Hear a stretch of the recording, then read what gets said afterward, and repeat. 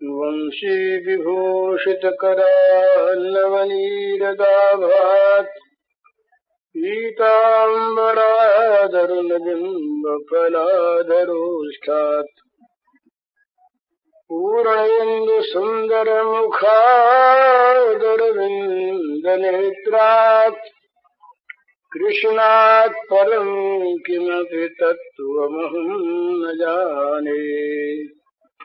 ध्यानाभ्यासवशीकृतेन मनसा तन्निर्गुणं निष्क्रियम् ज्योतिकिञ्चन योगिनो यदि परं पश्यन्ति पश्यन्तु ते अस्माकं तु तदेव लोचन चमत्काराय भूयाचिरम् कालिन्दी पुलिनेषु यत्किमपि तन्नीलं नभो धावति। श्री राममय सब जग जानी करम प्रणाम जोर जुग पानी।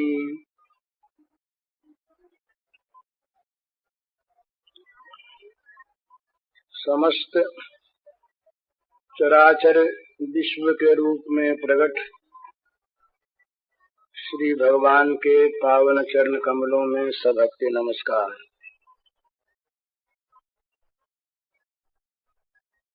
यद्यपि शरणागति में इस बात का विचार नहीं किया जाता कि शरणागत होने वाला किस प्रकार का साधक है, उसमें तो केवल एक ही बात देखी जाती है कि वह भगवान के शरणागत संपूर्ण रूप से होना चाहता है या नहीं। भगवान के शरणागति के लिए, भगवान के प्रति आत्मसमर्पण के लिए ये आवश्यक नहीं है कि उसमें अमुक अमुक प्रकार के बाहरी गुण होने चाहिए। जिसमें बाहरी गुण हो वही भगवान की शरणागति प्राप्त कर सकता है, ऐसी बात नहीं। कैसा भी हो, किसी श्रेणी का हो, किसी वर्ग का, वर्ण का हो, किसी जाति देश का हो, उसने पहले कुछ भी किया हो, उसकी अब तक की जीवनचर्या कैसी भी रही हो, इस समय वर्तमान में वो यदि सचमुच अपने दैन्य का अनुभव करता हुआ, अपनी दीनता, अपनी साधनहीनता, अपने मन की मलिनता, अपनी सब प्रकार की अयोग्यता, अपनी अशक्ति, इन सब का अनुभव करता हुआ जो सर्वसमर्थ, परम सुहृद, बिना ही कारण स्नेह करने वाले भगवान के चरणों में अपने को डाल देता है,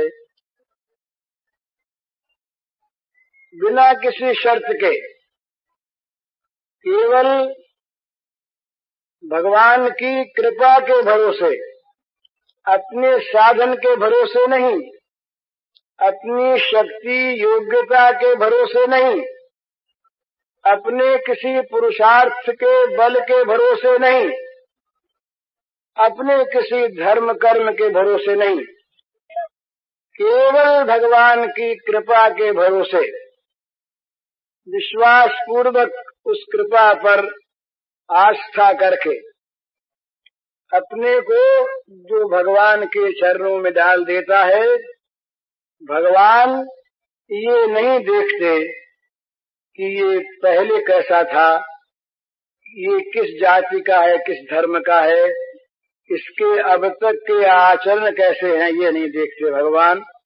बस सन्मुख हुई जीव मोहि जबहि, कोटि जन्म अघनासहि तबहि। कोटि विप्र बध लागहि जाहि, जिसको करोड़ों ब्राह्मणों की हत्या का पाप लगा है, शरण जाने पर भगवान कहते ही तजो नहीं ताहि, उसको भी त्याग नहीं करते। तो इसलिए भगवान की शरणागति के लिए केवल भगवान की कृपा पर विश्वास ही परम और चरम साधन है। भगवान की कृपा पर विश्वास और अपने दैन्य का ठीक परिचय, सब तरफ से सब प्रकार से अपनी दीनता का, अपनी हीनता का पूर्ण परिचय, पूर्ण ज्ञान और भगवान की अहेतुकी कृपा में पूर्ण विश्वास, बस शरणागति का यही साधन है। भगवान कुछ नहीं कहते, उसको शरण में रख करके पवित्र कर लेते हैं, पावन कर लेते हैं। परंतु कुछ भक्तों का ये कहना है, बड़ा सुंदर कहना है। ये तो अब तक की बात हुई, वो तो हम सरीखे लोगों की बात हुई जिनमें कोई बल नहीं। कुछ भक्तों का कहना बड़ा सुंदर कहना है कि हम जिस धाम में भगवान को विराजित करना चाहते हैं, हम जिस मंदिर में भगवान की प्रतिष्ठा करना चाहते हैं, हम जहाँ भगवान को बुलाकर बसाना चाहते हैं, वो स्थान गंदा क्यों रहे? गंदगी साफ वो कर देते हैं, ठीक उनकी कृपा है। पर क्या हम किसी गंदी चीज को लेकर अपने परम प्रेमास्पद प्रियतम प्रभु के ग्रहण करने के लिए उनसे कहें? ये यद्यपि वो कृपा पूर्वक ग्रहण कर लेंगे, परंतु ये उचित नहीं है।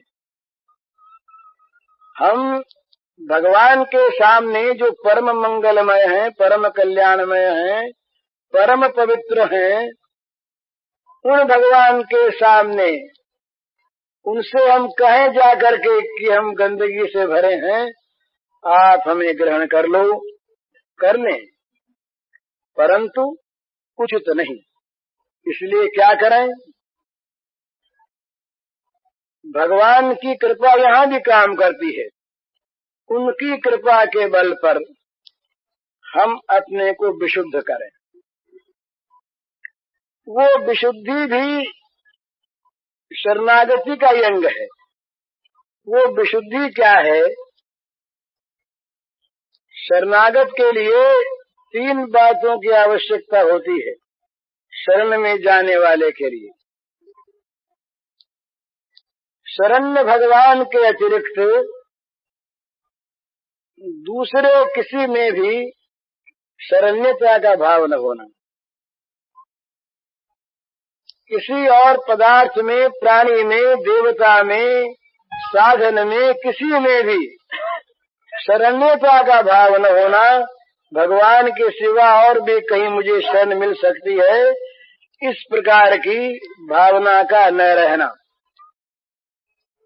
इसी का नाम है भजते माम अनन्य भाग। माम अनन्य भाग भजते, दूसरे को हिस्सा न दे, दूसरा कोई भगवान के सिवा शरण देने वाला है, इस प्रकार की कल्पना मन में न रहे। कोई साधन, कोई देवता, कोई इष्ट, कोई चीज। एक बात। दूसरी बात, भगवान की शरण्यता में पूरा विश्वास हो कि भगवान जब शरण में ले लेंगे तब हमारे लिए कोई चिंता, कोई भय रह नहीं जाएगा। अगर मन में ये चिंता और भय है कि भाई शरण तो होते हैं पर कुछ करना पड़ेगा और बिना किए कैसे काम चलेगा, तो शरण में विश्वास नहीं है। ये दूसरी बात। तीसरी बात, हम जिसके शरण होना चाहते हैं उसके सामने किसी प्रकार की कोई भी अपनी मांग न रखें, अपनी मांग बिल्कुल न रखें। ये तीसरी बात। ये तीन बातें शरणागत होने वाले में होनी चाहिए, तो अंतःकरण की विशुद्धि हो जाती है। इनके आते ही ये जितने भी हमसे पाप बनते हैं ना, ये बिल्कुल दो दो जैसे चार होते हैं। इसी प्रकार की ये बिल्कुल सैद्धांतिक बात है कि हम भगवान के शरण में जब जाना चाहते हैं उसी समय हमारे जीवन में रहने वाले पाप भागना शुरू कर देते हैं। रह नहीं सकते। जब हमने निश्चय किया कि हम एकमात्र भगवान हमारे शरण्य हैं और उनकी शरण में हम जा रहे हैं, ये जहाँ हमारे मन में निश्चय हुआ कि जितने भी भोग पदार्थ हैं, जितने भी कांड पदार्थ हैं, उन सब का आश्रय मन से हट गया, तो वो हटा तो पाप सारा हट गया, दुराचार सारा हट गया। ये सिद्धांत है कि हमारे द्वारा जब कभी जो कुछ भी बुराई होती है, पाप होता है, अनर्थ होता है, उसका एकमात्र कारण है भोग कामना, भोगों का आश्रय, भोगों की शरण्यता में विश्वास। ये संसार के भोग हमें सुख दे देंगे, इस प्रकार की भ्रांत धारणा, ये धारणा जब तक बनी है तब तक मनुष्य बच नहीं सकता अनर्थ से, बच नहीं सकता दुराचार से, बच नहीं सकता पाप से। और जब इनकी शरण्यता दूर मन से हो गई, एकमात्र भगवान को शरण्य मान करके हम चले चले उनकी ओर। ये वल्लभ संप्रदाय में मंत्र है, उनका सांप्रदायिक बड़ा सुंदर मंत्री रह गया, भावक बहुत कम लोगों में रहा। श्री कृष्ण शरणम मम, कितना बढ़िया है कि श्री कृष्ण ही एकमात्र मेरे शरण हैं, उनके सिवा वही मेरे एकमात्र आश्रय हैं और कोई आश्रय नहीं। अन्याश्रयता का सर्वथा परित्याग। अन्याश्रय, अन्य देवता आश्रय, अन्य वस्तु का आश्रय, भोग वस्तु का आश्रय, किसी प्राणी का आश्रय, किसी स्थिति और अवस्था का आश्रय, ये सारे के सारे अन्य आश्रय हैं, दूसरों के आश्रय हैं। तो दूसरों का जब तक आश्रय है, जब तक भोगाश्रय है, जब तक संसार के पदार्थों का और प्राणियों का आश्रय है, तभी तक अंतःकरण अशुद्ध है, तभी तक अंतःकरण में पाप और पाप की भावनाएं उत्पन्न हो सकती हैं।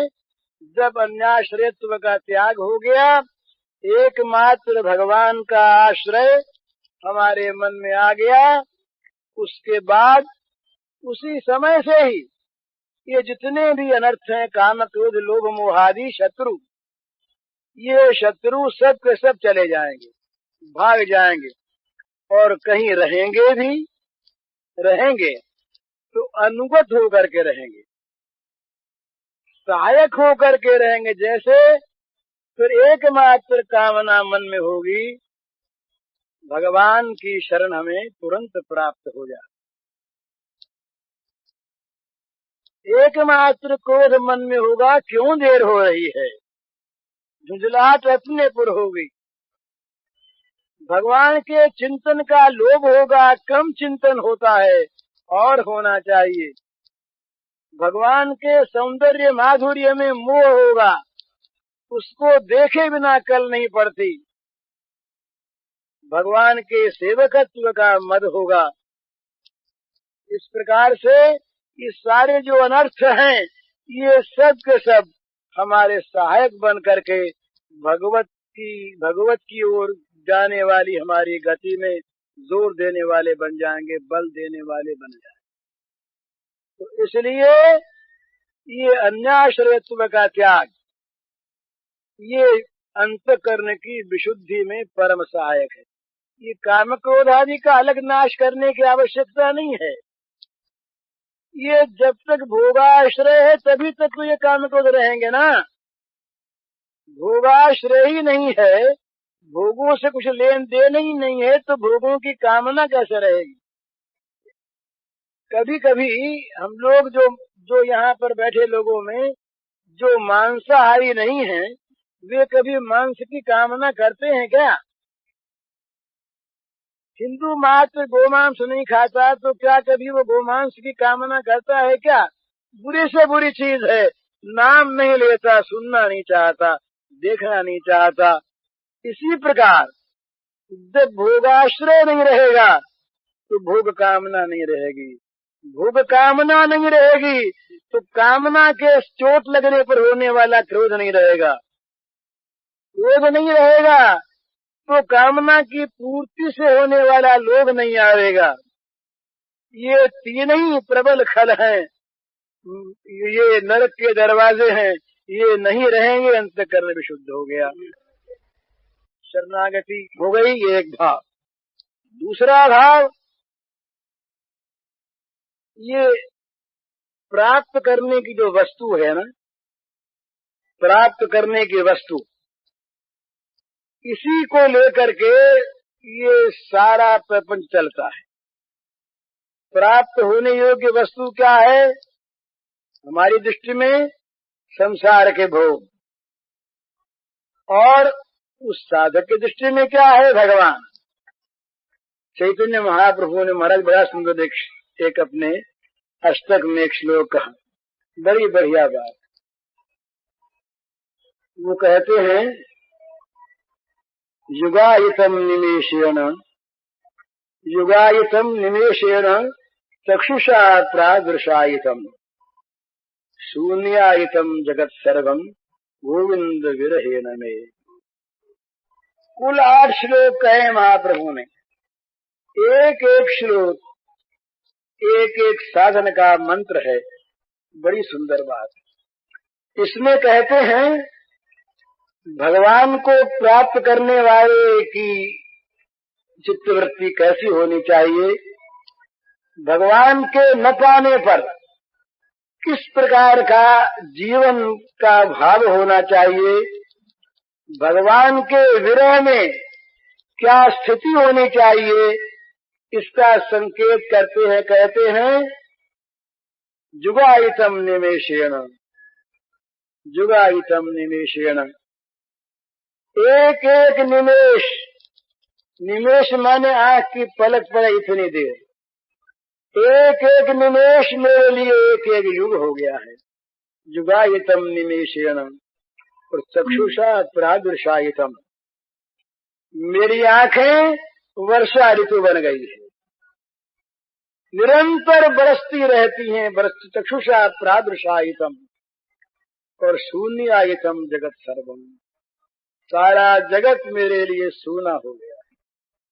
3 बात कही, 3 बात। युगायितम निमेषेण चक्षुषा प्रादृशायितम शून्यायितम जगत सर्वम गोविंद विरहेण में। गोविंद के विरह में, गोविंद के वियोग में, भगवान के अमिलन में, प्रेमास्पद की विरह व्यथा में क्या दशा है, तो एक एक निमेष युग के समान बीतता है, सहन नहीं होता। श्री गोपांगनाएं गोपी गीत में कहती हैं कि ब्रह्मा ने बड़ी गलती की। ये जब श्याम सुंदर लौट करके आते हैं व्रज में, उस समय हम उनको देखा करती हैं, परंतु बीच में पलक पड़ जाती है। ये पलकें ब्रह्मा ने क्यों बना दी? ब्रह्मा ने बड़ी गलती की जो पलकें बना दी, क्योंकि एक एक पलक हमारे लिए युग के समान बीत जाती है। पलट पड़ी इतनी देर का जो दर्शन है प्रियतम का, वो दर्शन हमारे लिए युग के समान हो जाता है। तुकिर युगायते पक्ष्म कीदृशम, ये भागवत में तुकिर युगायते, ये त्रुटि है ये युग के समान बन जाती है, ये पलकों के त्रुटि।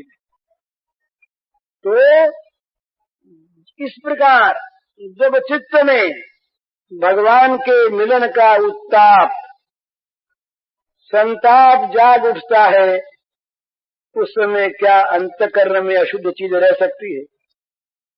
उस समय क्या जगत की वस्तुएं, जगत के प्राणी पदार्थ, जगत के भोग उसके चित्त को खींच सकते हैं? चैतन्य निकल गए घर से, नवयुवती स्त्री थी, दूसरा विवाह था, पर भगवान की ये पुकार हृदय में वो आग जल उठी। वो आग अब कौन सी दूसरी चीज को रहने देगी?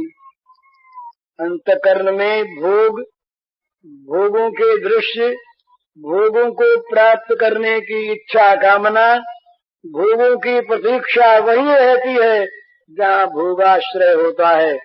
यहाँ तो हृदय में आग लग गई गोविंद को प्राप्त करने के लिए। इस जलती हुई आग में कहीं कोई रहा होगा कोई भोग का मनोरथ, वो भस्म हो जाए। किसी प्रकार की दूसरी भावना महाराज आप संसार में देखते हैं, जब किसी एक विषय में हमारा मन अत्यंत लग जाता है और उसको प्राप्त करने के लिए जब आतुर हो उठता है, उस समय क्या मन में और चीज रहती है? हमारा सबका अनुभव है, जब कभी जीवन में किसी वस्तु के लिए जो नाशमान वस्तु है, जो प्राप्त होने पर रहेगी नहीं और जो अपूर्ण है, ऐसी वस्तु को प्राप्त करने के लिए हमारे मन में जब एकांत लालसा जाग उठती है, हृदय व्याकुल हो उठता है, उस समय क्या जगत के और पदार्थ याद रहते हैं? क्या जगत का खेल तमाशा हमें अपनी ओर खींच सकता है? क्या जगत का सौंदर्य माधुर्य हमारे मन को आकर्षित कर सकता है? कदापि नहीं। मन विशुद्ध हो जाता है एक में लग करके। इसी प्रकार जब भगवान का विरह जाग उठता है, जब यही जगाना है, साधन के द्वारा और कुछ नहीं करना है। भगवान की प्राप्ति दुर्लभ नहीं है। भगवान की प्राप्ति के लिए हृदय में संताप का जाग जाना, बस यही दुर्लभ है। ये संताप जब जग गया हृदय में, जब इस प्रकार की एक ज्वाला जल उठी, जो ज्वाला सारी कामनाओं को, सारी वासनाओं को, सारी स्पृहाओं को, सारी आकांक्षाओं को, सारी तृष्णाओं को सब प्रकार से निरस्त कर देगी, खा जाएगी, जला देगी। अंतःकरण अशुद्ध कहाँ रहेगा? अंतःकरण की अशुद्धि कोई चीज नहीं है।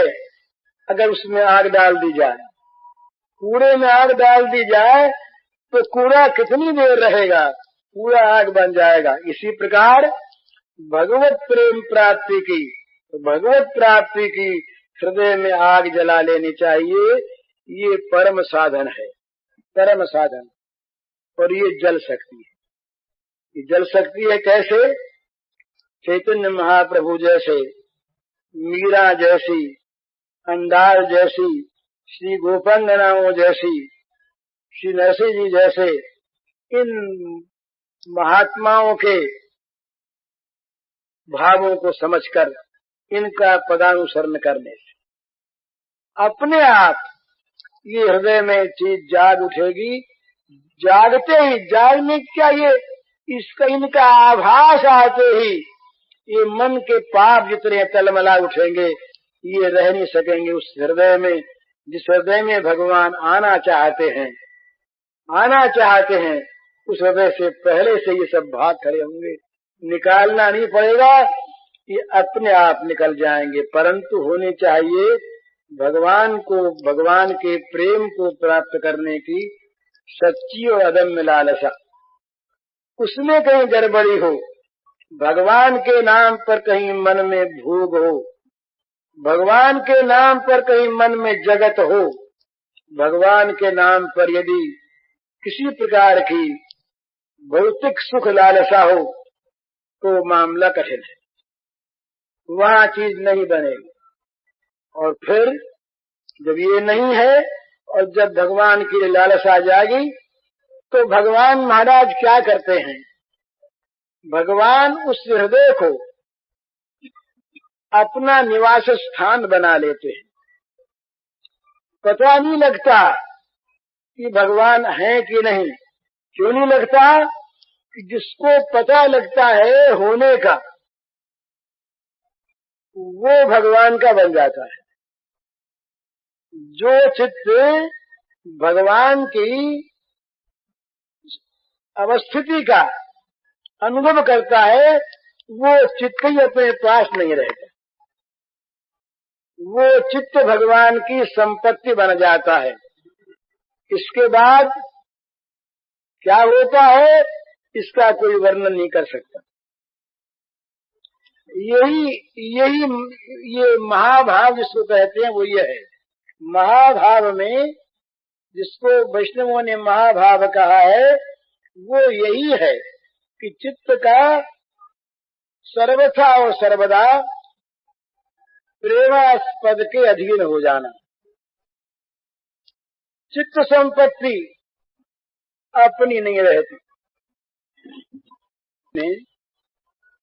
विनोद में एक पद गाया, उन्होंने कहा कि री आंखों तुम तो पहरेदार थी न, हैं? तुम्हारे अछत गयो मन मेरो, कहूं तो था लगाओ। तुम दोनों पहरे पर बैठी हुई थी और तुम्हारे देखते देखते मेरा मन को चुरा ले गया है। तुम्हें कुछ तो पता लगाना चाहिए था। अंत में बोले भाई सुनो, आंखों से कहा नारायण मुझे वस्तु न चाहिए, लेवन हार दिखाओ।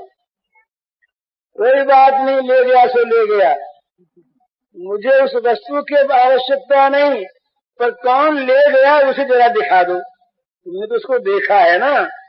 आंखों से कहते हैं कि आंखें तुमने तो उसको देखा है ना। तुम्हारे देखते देखते वो हमारे मन को चुरा के ले गया, तो चाहे चीज न मिले। नारायण मुझे वस्तु चाहिए, वो वस्तु मुझे नहीं चाहिए, पर कौन ले गया ये दिखा दो।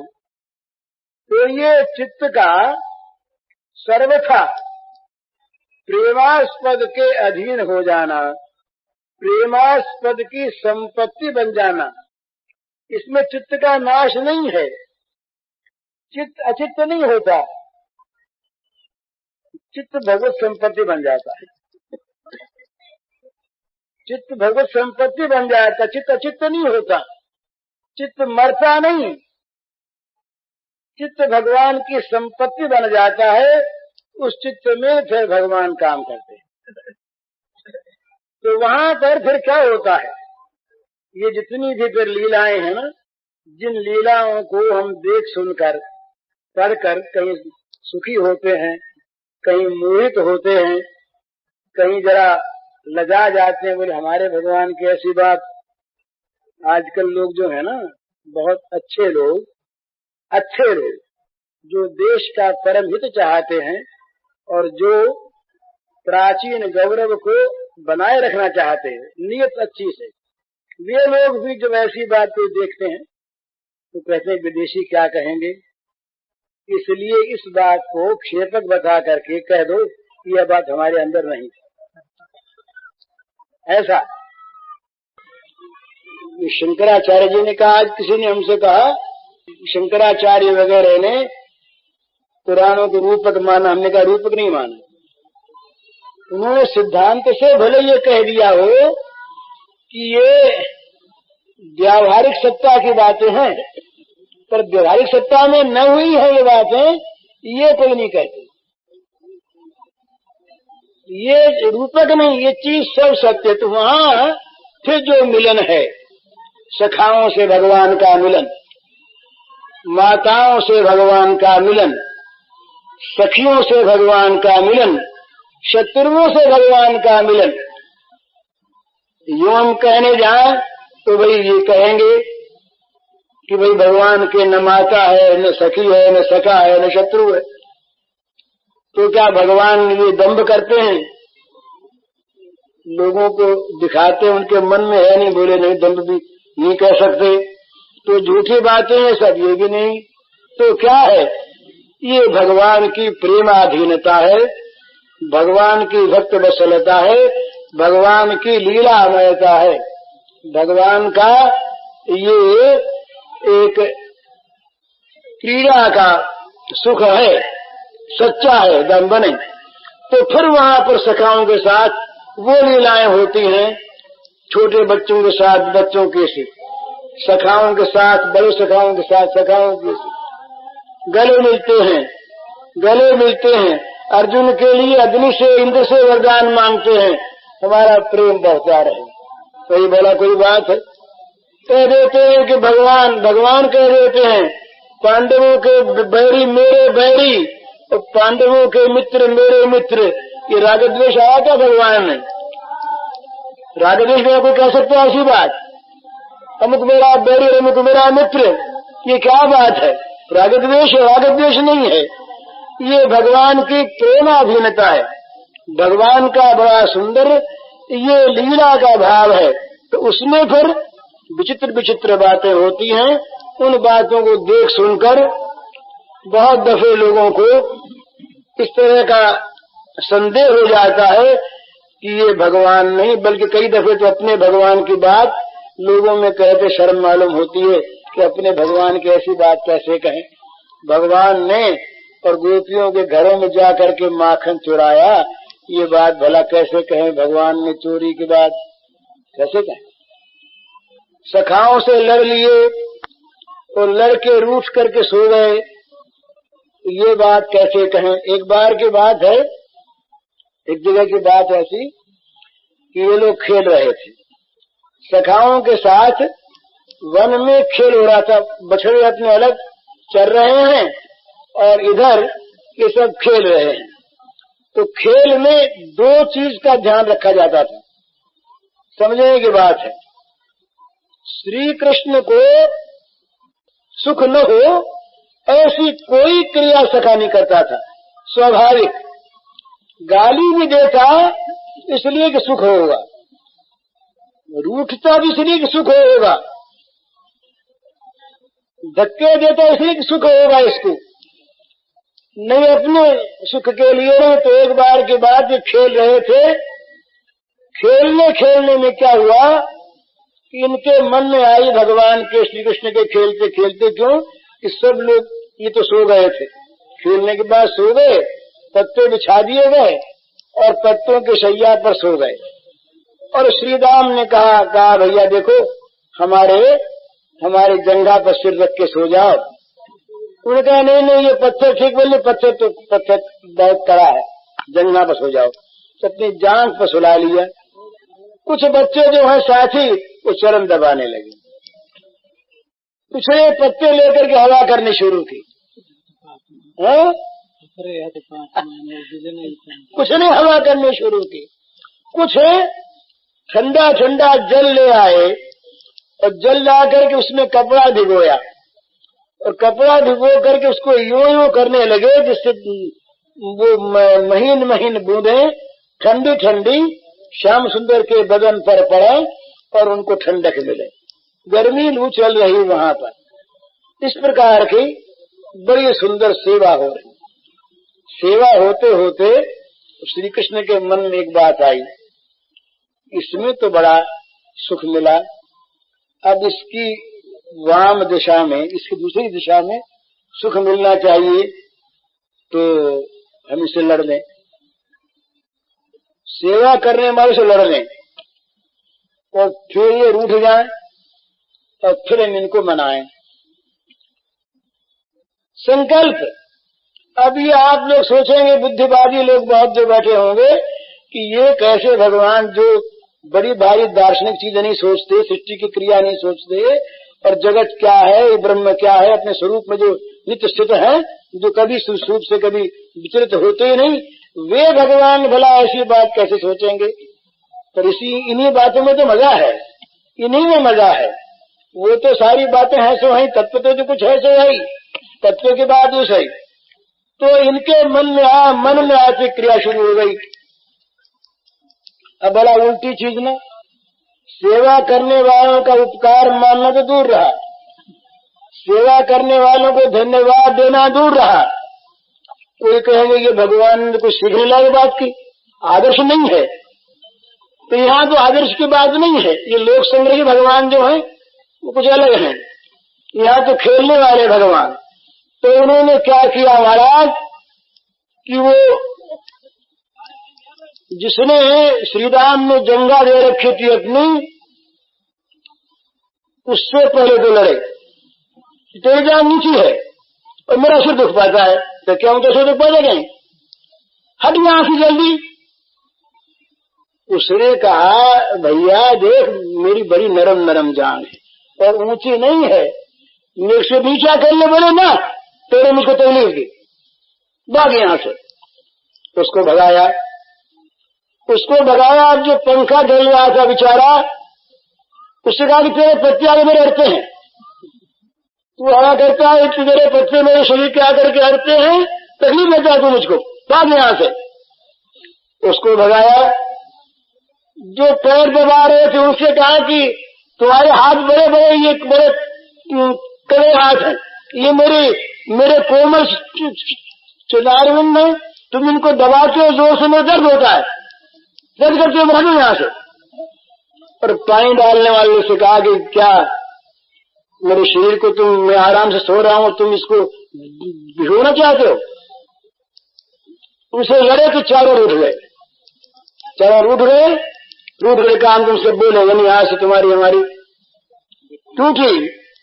बस वो जा करके अलग बैठ गए, कोई बोलने वाला नहीं। उन्होंने सबको बुला लिया कि देखो आज से श्री कृष्ण का सबको बॉयकॉट कर दो, सब बहिष्कार कर दो, अपना एक दल। और ये तो उल्टी सेवा करने पर यूं करता है। तो रूठ गए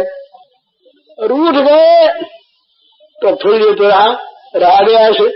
अब रहा न जाए तो अब मनाओगे कैसे? तो पहले तो गए सामने साहब गए, भैया हमसे भूल हो गई, देखो हम उस समय जरा ऐसे ही थे और गर्मी बहुत लग रही थी, हम भूल हो गई, तो तुम मान जाओ, देखो तुम आओ, देखो सबको मनाया, कोई न माने, सब एकदम रूठ गए। आज इसको ठीक करना चुका। उनके मन में भी तो ये लगी हुई थी कि इसको तकलीफ न हो, दोनों के मन में एक ही चीज है, तो सुखे तुम, यही बात। पर वो अपना रूठ गए, मानते नहीं। इन्होंने बहुत मनाया, पैर दबाए, हाथ दबाए, बहुत कहा नहीं भैया आइंदे नहीं करूंगा, नहीं माने साहब, नहीं माने। तक उनको दूसरी बात सोची, आ करके इधर दस देर बैठे और फिर लगे रोने जोर से, अरे बिच्छू काट गया। अब तो सब दौड़े, अरे कन्हैया को बिच्छू काट गया, अब तो किसी के भी मन में धैर्य रहा नहीं, सारे सखा दौड़े। अरे हम लोग बड़े दुरात्मा, बड़े पापी है, हमको मनाने आया था ना, उसमें अगर मान लेते तो ये क्यों उठता, अगर ये क्यों बिच्छू काटता, हमारी नारायण किए, हे विष्णु भगवान, हे नारायण, हमारे इस कन्हैया को जल्दी आराम को। कन्हैया ने कहा कि ऐसे नहीं, तुम लोग सब आओ और आकर के मेरे पैरों पर हाथ फिराओ और मेरे पर जल छिड़को और मुझे हवा दो, और श्री राम आकर के मुझको फिर अपने जन्ना को सुनाओ तो आराम होगा। वो दृश्य फिर आ गया, जो कहते हो आराम तो हो नहीं था। अब बताइए इस लीला में कोई दार्शनिक तत्व देख है, वो कहेगा ये फालतू समय खोया ना। दार्शनिक तत्व देखने वाला तत्ववेत्ता जो है वो कहेगा व्यर्थ का समय खोया। ये बात क्या बात कही, इसमें कुछ लाभ हुआ। एक होता उपयोगितावाद, आज का युग है ना, ये उपयोगितावादी है। बुरे माँ बाप हो बोले अब ये उपयोगी नहीं है। हमारे आगे पिछले सुप्रीम कोर्ट ने एक फैसला दिया है गो हत्या कानून, तो उसमें फैसले में कहा कि गो हत्या नहीं होनी चाहिए, मुसलमानों का ये कोई अधिकार नहीं है। पर जो अनुपयोगी पशु हैं, अनुपयोगी बैल जो हैं, बैल सांड, उन्हें काटने में हर्ज नहीं। उपयोगितावाद, यही आज के हमारे अर्थशास्त्री कहते हैं, अर्थशास्त्री, कि भाई इतनी गायें जो सरप्लस हैं, जो काम की नहीं हैं, जो निकम्मी हैं, इनको काट डालना चाहिए क्योंकि ये उपयोगी नहीं। इसी प्रकार धर्म में उपयोगितावाद होता है। भाई कौन सा आदर्श है, देखो किससे लोकोपकार होगा, देखो कौन सी चीज चलने योग्य है, देखो ये उपयोगितावाद। तो भगवान की लीला में उपयोगितावाद को स्थान नहीं है। वहां तो उपयोगी अनुपयोगी कुछ नहीं, जो कुछ वो खेले सो सब उपयोगी, तो जो न खेले वो सब अनुपयोगी। वहां तो एक चीज है। इसलिए ये जहां पर खेल का भगवान का साम्राज्य है, उस खेल के साम्राज्य में केवल लीला की प्रधानता है, आदर्श की नहीं। और लीला का अनुकरण कोई कर नहीं सकते, करना चाहिए नहीं, क्योंकि ये आदर्श ही है। ये तो लीला आनंद है, ये तो महान लीला का एक महान पवित्र, परम पवित्र मधुर स्रोत है, जहाँ सारी कामनाओं वासनाओं का सारा का सारा जब समेत दग्ध हो जाता है, तब ये चीजें पैदा होती हैं। तो यहाँ पर वो चीज है नहीं, पर ये कामना वालों के लिए आदर्श नहीं। तो इस प्रकार से कभी रूठ जाए, कभी मनावें, आप ही रूठ जाए। और ये चीज जैसे यहाँ होती है, वैसे निकुंज लीला में भी बहुत चलती है। एक बार इनके मन में आया कि आज तो हमारा तिरस्कार हो, तब आनंद आए। तो व्यवस्था हो गई ऐसी, श्रीराधिका जी ने निकुंज के द्वार पर सखियों को बैठा दिया तो कह दिया, खबरदार, आज अगर वो श्याम सुंदर यहाँ आ गया तो तुम लोग खबर ली जाएगी, निकालो आते ही हैं। सखी श्याम न आने पावे, बस पहरा बैठ गया, नहीं आने पाए। कितनी फिर चिरौरी की, कितनी खुशामद की, तब कहीं मान भंग हुआ, तब तो ये क्या चीज है, ये क्या भगवान की पूजा की पद्धति, ये कोई आराधना है, ये कोई आदर्श है, ये कोई भले आदमी करने की बात है? तो फिर क्या है, ये लीलानंद है। तो इसलिए दो चीजों को हमेशा सामने रखना है।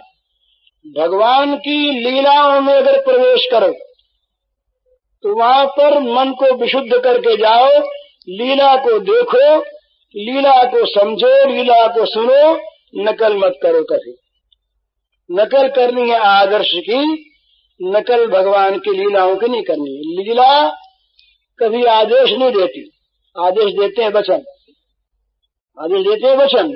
वचनों को पालो, तो वचनों में जहाँ जहाँ भगवान जो जो कुछ कहते हैं उनका पालन करना चाहिए। लीला तो आनंद के लिए है।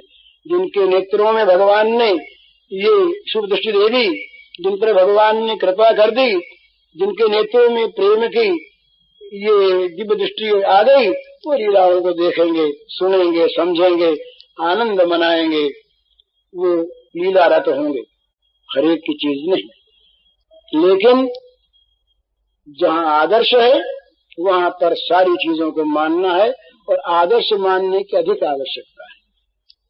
आदर्श मानने की अधिक, इसलिए ये हम तो श्री कृष्ण को देखते हैं भागवत में, कई रंगों में देखते हैं। भागवत बहुत रंग। एक श्री कृष्ण है महाराज जो सवेरे 4 बजे उठते हैं, 3 बजे, और उठ करके उठते ब्रह्म का ध्यान करते हैं, ध्यान करते हैं भगवान, और ध्यान करके फिर सूर्य स्नान करके संध्या करते हैं, अग्निहोत्र करते हैं, तर्पण करते हैं, फिर पिता माताओं को प्रणाम करते हैं, गोदान करते हैं, रोज फिर दान करते हैं। इस प्रकार करके फिर वो सब प्रकार से अपने नित्य कर्मों से निवृत्त होकर फिर राज्यसभा में जाते हैं, घर के काम में लगते हैं।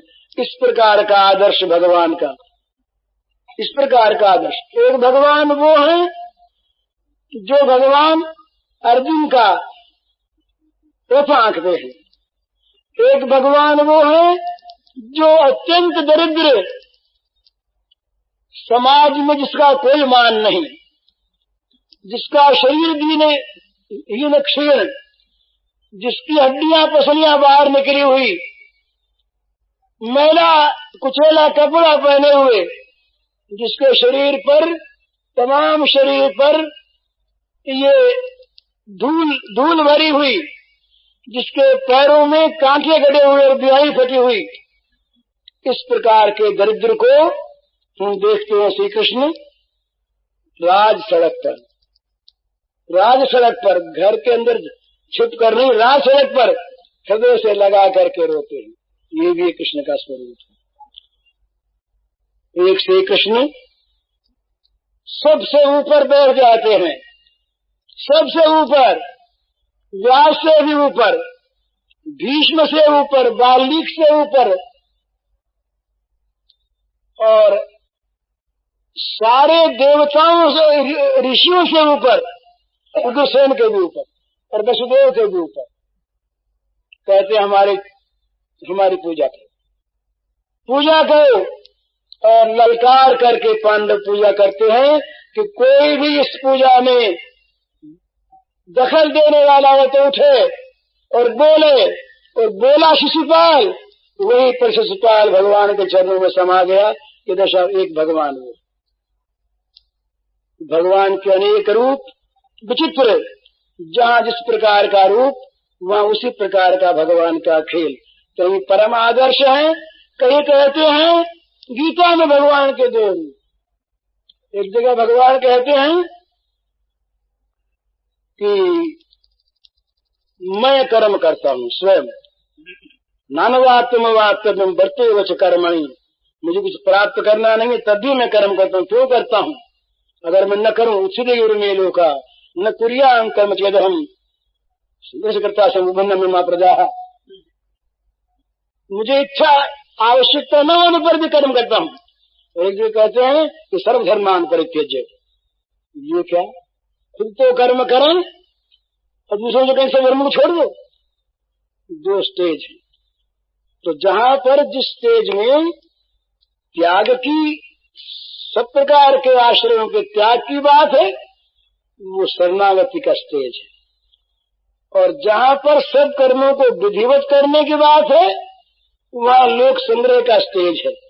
जैसा स्टेज, जैसा स्वांग वैसा नाच।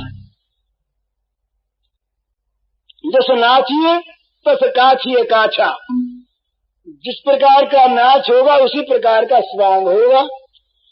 तो ये जो जहाँ ये प्रेम का स्वांग भगवान का होता है, तो ब्रज का स्वांग ये इसीलिए बड़ा मधुर होता है कि इसमें आदर्श की भावना नहीं है, इसमें लीलानंद की भावना है। तो लीलानंद की भावना में जब भगवान को ये साधक प्राप्त कर लेता है, तब वो लीला बिहारी भगवान, लीला बिहारी भगवान और हैं। यही इसीलिए ये लीला बिहार के तारतम्य से भगवान के स्वरूप में तारतम्य की, अंतर की भक्तों ने कल्पना की। स्वरूप में कोई अंतर करता नहीं, पर कहते हैं कि जितना ये खुलकर ब्रज में खेले उतना मथुरा में नहीं खेले, और जितना मथुरा में खेले उतना द्वारिका में नहीं खेले। द्वारिका में भगवान दरबार के वेश में है, बिल्कुल दरबारी है। मथुरा में दोनों हैं, मिले जुले हुए हैं। और ब्रज में केवल ब्रज विहारी हैं, अरण्य विहारी हैं, वहाँ राज दरबारी नहीं है।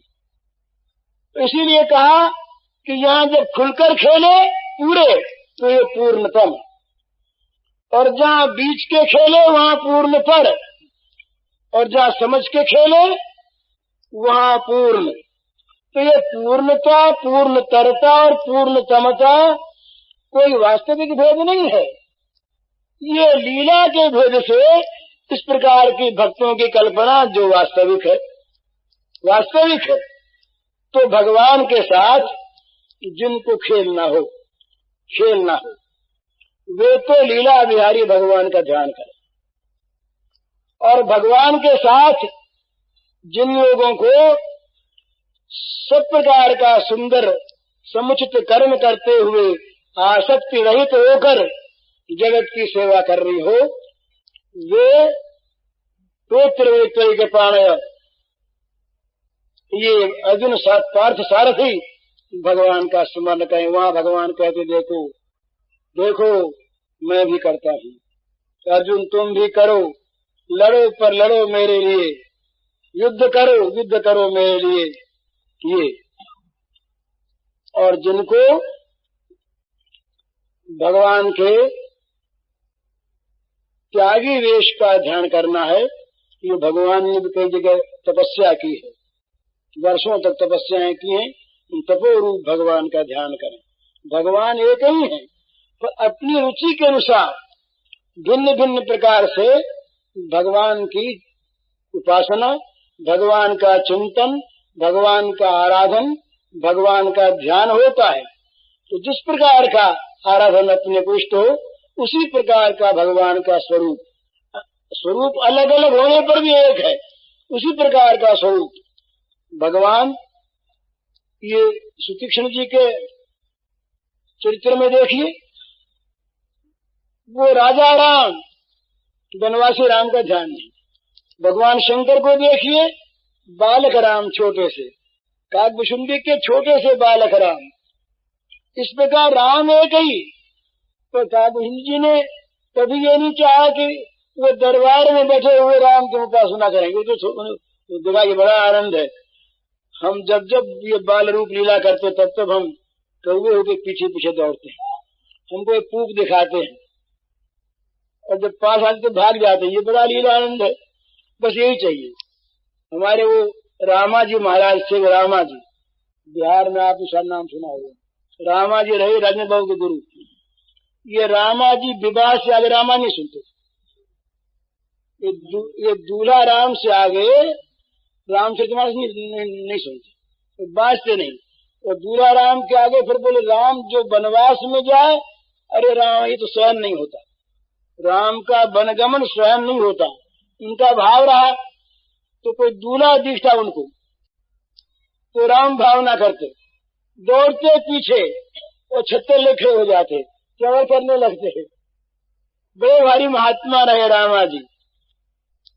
एक महात्मा रहे, वो अपने को जानकी जी का भाई मानते, तो अयोध्या में वो पानी नहीं पीते। भाव है अपना, है अपना अपना भाव है, तो अयोध्या में नहीं पानी पीते। अयोध्या से बाहर निकले तब पानी पीते। कहा बोले ये तो ये बहन तो घर पानी कैसे पीते, पानी नहीं पीते। इस प्रकार के महात्मा, उनके साथ भगवान का वही बर्ताव। जिस प्रकार हमारा भाव, उसी प्रकार के हमारे भगवान हैं। वो अपने को राम का साला कहते, प्रयागदास थे। हाँ प्रयागदास जी, हाँ, नीम के नीचे खाट पड़िए, खाट के नीचे कड़वा, प्रयागदास अलमस्ता सोवे, रामलला के सरवा, रामलला के साले अलमस्त सोते हैं। इसमें आनंद इनको आता। मजा क्या है? मजा ये है, भगवान के साथ कोई संबंध जोड़ करके आप भक्ति करें तो उसमें एक विशेष आनंद आएगा। नहीं साधारण भक्ति है, इसमें ये नहीं समझे कोई कि सदाचार का कहीं विरोध है। अरे जहाँ भगवान की भक्ति है वहाँ जगत के निरक्ति है नहीं, तो जगत के निरक्ति नहीं है, वहाँ सदाचार कहाँ से आएगा?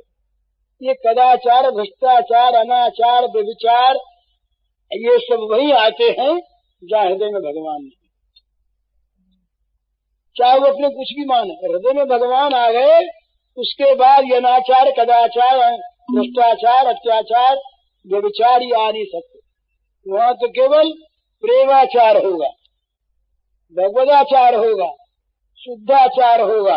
वहाँ और कोई आचार वाचार खटाई उठाई नहीं आवेगी।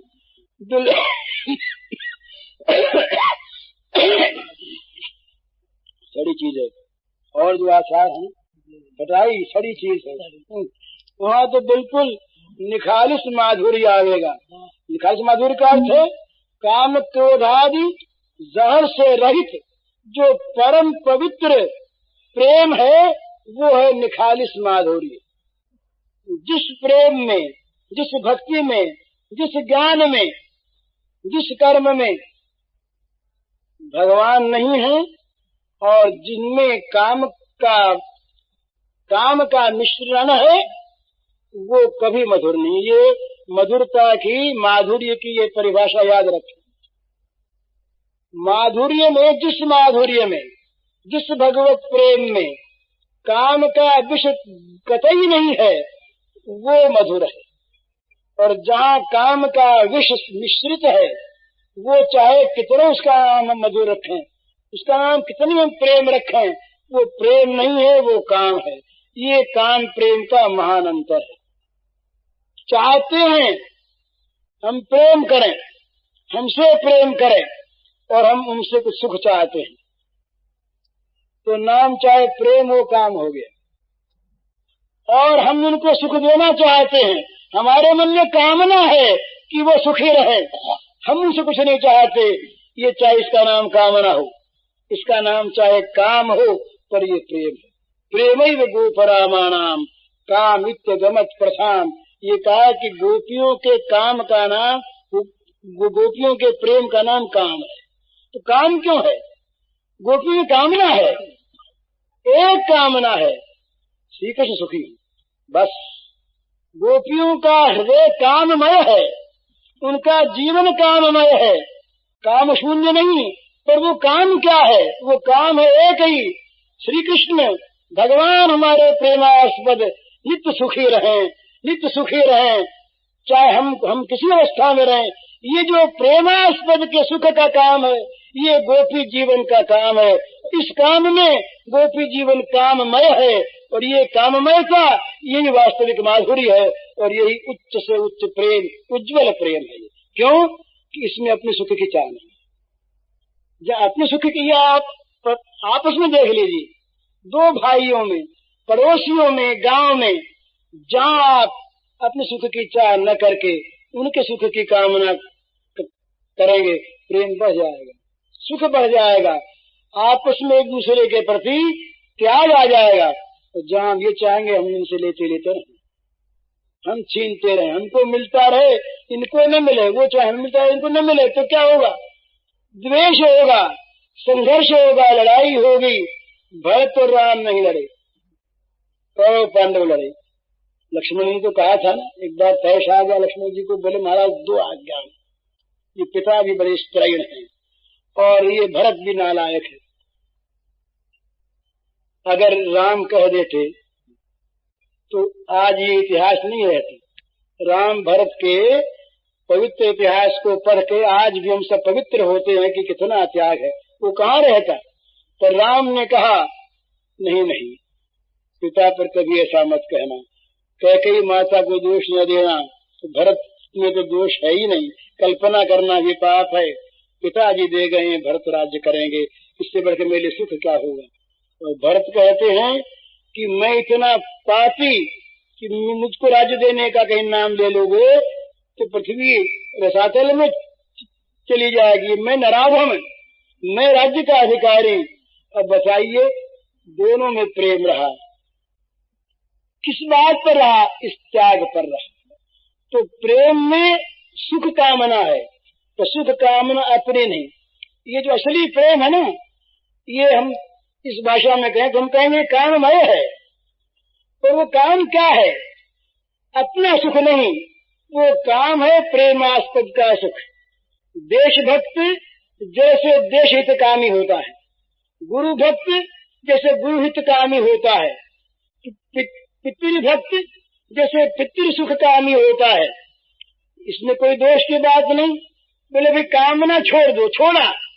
पर जहाँ वेद कहते हैं मातृदेवो भव, पितृदेवो भव, आचार्य देवो भव, वहाँ ये कामना मन में रहेगी ही कि हमारा प्रत्येक कार्य हमारे पिता को सुख पहुँचावे, हमारी प्रत्येक क्रिया हमारे माता का हित करने वाली हो, हमारा प्रत्येक मानस संकल्प हमारे गुरु को सुख पहुँचाने वाला हो।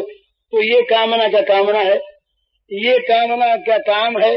यही कामना तो असली प्रेम है, यही कामना असली भक्ति है, यही कामना असली समर्पण है। तो इसका नाम चाहे काम हो, ये प्रेम है। और जहाँ नाम हजार प्रेम रखे, बोले हम बड़े देश प्रेमी हैं, मिनिस्ट्री हमको मिल जाए। हरिओम तत्सत। पूज्य श्री भाई जी के इस प्रवचन का शीर्षक है शरणागति सरल अध्ययन और इसका कैसेट संख्या है 21।